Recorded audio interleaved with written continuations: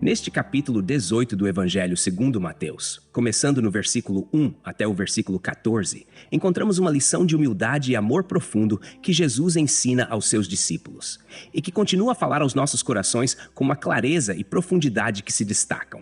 Jesus, em sua sabedoria, aborda uma questão que, de certa forma, já refletia a natureza humana dos discípulos. Quem, afinal, é o maior no reino dos céus? No versículo 1, os discípulos chegam a Jesus com essa pergunta. É interessante observar como a expectativa deles era que o reino de Deus fosse estruturado de maneira similar aos reinos terrenos, onde há uma hierarquia clara e posições de destaque. Mas Jesus, como sempre, rompe com as perspectivas humanas e traz uma resposta que, à primeira vista, pode parecer até desconcertante.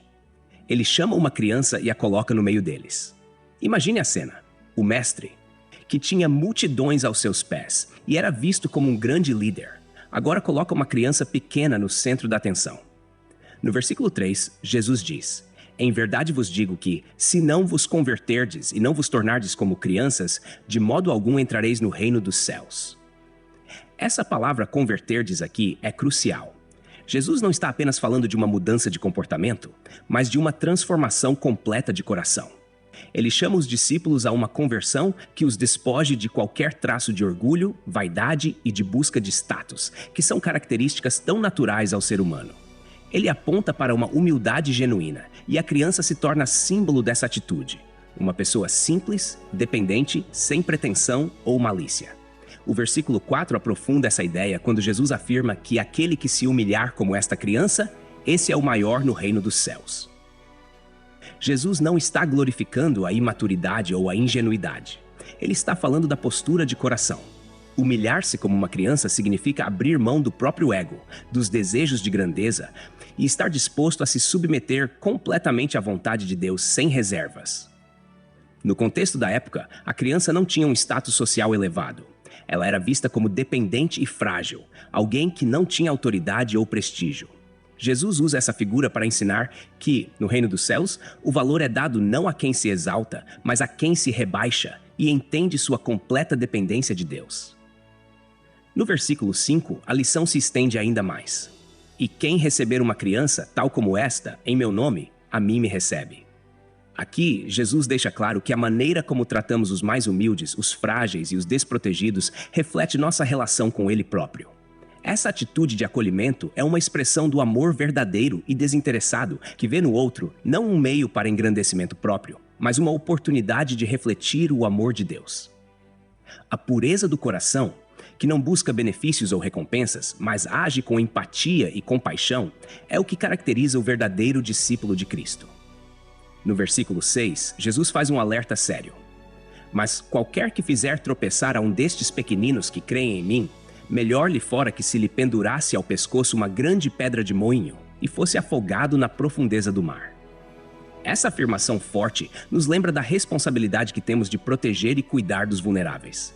Na época de Jesus, uma pedra de moinho era uma peça pesada, usada para moer grãos, e ser lançado ao mar com uma pedra dessas ao pescoço era uma sentença de morte certa e dolorosa. Jesus está dizendo que causar dano espiritual a alguém vulnerável, desviando-o ou prejudicando sua fé, é uma atitude gravíssima diante de Deus. Ele não tolera que alguém faça tropeçar aqueles que são mais fracos e que confiam nele de maneira pura e sincera. E ainda no versículo 7, Jesus lamenta: "Ai do mundo por causa dos escândalos, porque é inevitável que venham escândalos, mas ai daquele homem por quem o escândalo vem." Ele reconhece que, no mundo caído, escândalos e ofensas são inevitáveis. Mas isso não justifica quem os causa. Pelo contrário, Jesus adverte que há uma condenação especial para aqueles que, por sua própria vontade ou negligência, acabam sendo um empecilho na fé de outros. No versículo 8 e no versículo 9, Jesus usa uma linguagem ainda mais radical, dizendo que se a mão ou o pé de alguém o faz tropeçar, é melhor cortá-los e lançá-los fora. E se o olho o faz tropeçar, é melhor arrancá-lo. Claro que ele está usando uma metáfora para ilustrar a gravidade do pecado e o valor supremo da santidade e pureza de coração. Jesus não está sugerindo que devemos nos mutilar fisicamente, mas sim que precisamos ser drásticos em afastar de nossas vidas tudo aquilo que possa nos levar ao pecado. Seguindo do versículo 15 até o versículo 22, Jesus começa a falar sobre como lidar com o pecado e os conflitos dentro da comunidade de fé. Esse trecho é muito especial porque nos ensina sobre reconciliação, perdão e a responsabilidade que cada um de nós tem de cuidar uns dos outros, buscando sempre a paz e o entendimento. No versículo 15, Jesus diz: "Se teu irmão pecar contra ti, vai arguí-lo entre ti e ele só. Se ele te ouvir, ganhaste a teu irmão." Aqui, Jesus apresenta um modelo de reconciliação que começa no particular, no silêncio da privacidade, para evitar que o problema se torne maior ou que a pessoa seja exposta desnecessariamente. Esse princípio é precioso, pois preserva a dignidade de quem errou e abre espaço para que o arrependimento e o perdão floresçam de maneira honesta e íntima. Ao tratarmos um conflito dessa forma, estamos mostrando amor e respeito, entendendo que todos nós estamos sujeitos a errar, mas que podemos ajudar uns aos outros a nos levantar. No entanto, no versículo 16, Jesus considera a possibilidade de que o irmão não ouça. Ele diz: "Se, porém, não te ouvir, toma contigo uma ou duas pessoas, para que, pelo depoimento de 2 ou 3 testemunhas, toda palavra se estabeleça." Esse procedimento é baseado em um princípio judaico de Deuteronômio, que estabelece a importância de testemunhas para garantir justiça. A presença dessas testemunhas ajuda a evitar injustiças e interpretações erradas, assegurando que haja um esforço honesto para restaurar a relação. Além disso, ao trazer mais pessoas para a conversa, há um ambiente de apoio que pode sensibilizar o irmão que errou, ajudando-o a ver o impacto de sua atitude. Se mesmo assim o irmão não ouvir, o versículo 17 nos instrui: "E se ele não os atender, dizei-o à igreja. E se também não atender à igreja, considera-o como gentio e publicano." Este é um passo mais drástico e visa a preservação da pureza e da harmonia na comunidade. Aqui, o propósito não é punição, mas mostrar a seriedade do pecado e a necessidade de arrependimento. A ideia de considerar alguém como um gentio e publicano remete ao distanciamento espiritual, um tipo de afastamento que, na verdade, serve como uma última tentativa para despertar arrependimento. Esse afastamento não significa que a pessoa está abandonada para sempre, mas que a comunidade deve ter cuidado ao lidar com quem permanece em erro sem arrependimento. No versículo 18, Jesus afirma: "Em verdade vos digo que tudo o que ligardes na terra terá sido ligado no céu, e tudo o que desligardes na terra terá sido desligado no céu." Esse versículo reforça a autoridade da comunidade de fé para tomar decisões, especialmente no contexto de disciplina e reconciliação. Jesus está concedendo um tipo de autoridade espiritual, onde o que é decidido com retidão e discernimento é respaldado por Deus no céu. Essa é uma grande responsabilidade, pois exige que a igreja haja com sabedoria, humildade e sob a direção do Espírito Santo, sabendo que o que for decidido não deve ser arbitrário, mas refletir a vontade de Deus.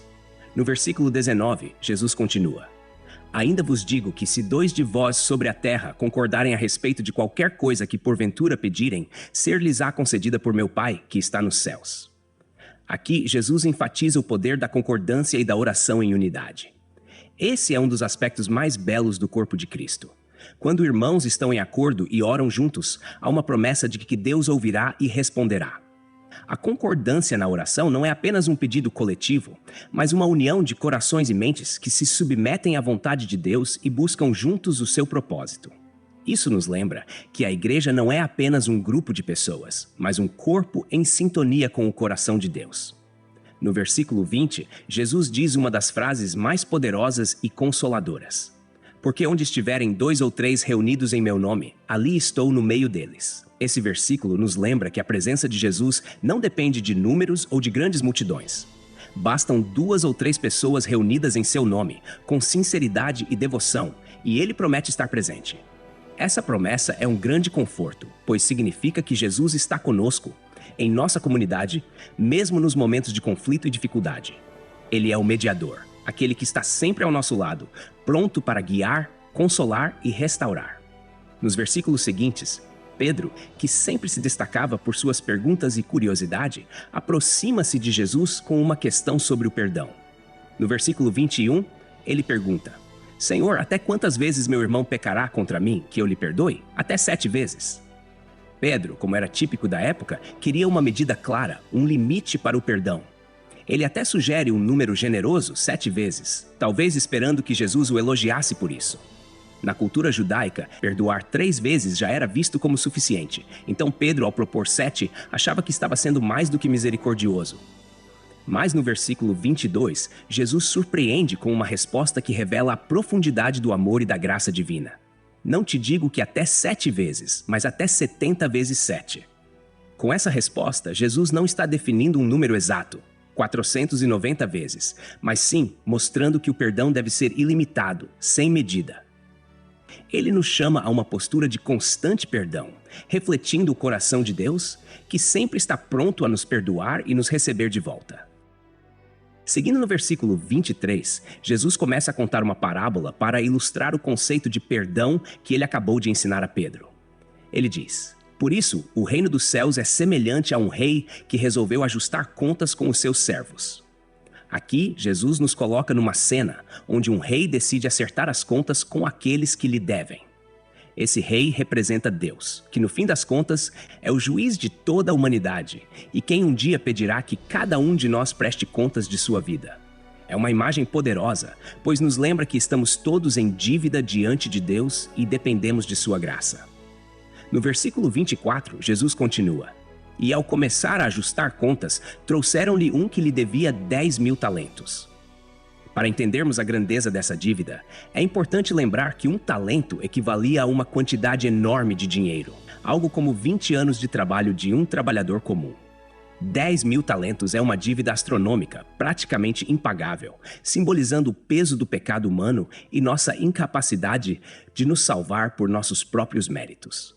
Esse servo está numa situação desesperadora, uma metáfora para nossa própria condição diante de Deus. No versículo 25, vemos o drama aumentar. Não tendo ele, porém, com que pagar, ordenou o Senhor que fosse vendido, ele e a mulher, os filhos e tudo quanto possuía, e que a dívida fosse paga. Isso pode soar duro, mas era comum na cultura da época que quem não pudesse pagar suas dívidas fosse vendido como escravo junto com sua família, para ao menos abater parte da dívida. No entanto, essa medida é simbólica para ilustrar que, diante de Deus, a dívida do pecado é tão grande que nada que possuímos, nem mesmo nossas vidas, é suficiente para quitá-la. Então, no versículo 26, o servo, em desespero, se lança aos pés do rei e diz: "Senhor, sê paciente comigo e tudo te pagarei." Esse pedido é uma mistura de desespero e ingenuidade, pois a dívida era tão grande que ele jamais conseguiria pagá-la, mesmo que tentasse por toda a vida. No entanto, o que chama a atenção aqui é a sinceridade do servo. Ele reconhece a sua dívida e implora por misericórdia. Essa é a atitude que Deus espera de nós, que reconheçamos nossa falência espiritual e nos lancemos à sua misericórdia. No versículo 27, vemos a resposta do rei. "E o senhor daquele servo, compadecendo-se, mandou embora e perdoou-lhe a dívida." A compaixão do rei aqui é extraordinária. Ele não apenas concede mais tempo, mas perdoa completamente a dívida. Esse ato simboliza a graça de Deus, que é dada gratuitamente a todos os que se arrependem e confiam em sua misericórdia. Esse é o perdão que Deus oferece a nós, algo imenso, além da nossa compreensão, uma dívida que jamais poderíamos pagar. Mas a parábola não termina aí. No versículo 28, esse mesmo servo que recebeu o perdão encontra um de seus companheiros que lhe devia 100 denários. 100 denários era uma quantia bem menor, equivalente a cerca de 100 dias de trabalho. Embora ainda fosse um valor significativo, era algo infinitamente menor comparado aos 10.000 talentos que ele próprio havia sido perdoado. No entanto, ao invés de demonstrar a mesma misericórdia que recebeu, o servo agarra seu companheiro e exige pagamento imediato. No versículo 29, o companheiro faz exatamente o que ele mesmo havia feito antes. Cai aos seus pés e suplica: "Sê paciente comigo e te pagarei." É uma cena que espelha o pedido desesperado do primeiro servo, mas aqui vemos a diferença de coração entre os dois. No versículo 30, porém, o servo que havia sido perdoado não mostra compaixão. Ele não quis, antes foi encerrá-lo na prisão até que pagasse a dívida. A falta de misericórdia dele é chocante e mostra que ele não havia compreendido verdadeiramente a graça que havia recebido. Ele desejava ser perdoado, mas não estava disposto a perdoar. E isso revela uma dureza de coração incompatível com o reino de Deus. Nos versículos 31 e 32, outros servos observam essa situação e ficam profundamente tristes. Eles vão e relatam ao rei o que aconteceu, e o rei, indignado, chama o servo e lhe diz: Servo malvado, perdoei-te aquela dívida toda, porque me suplicaste. Não devias tu igualmente compadecer-te do teu conservo, como também eu me compadeci de ti?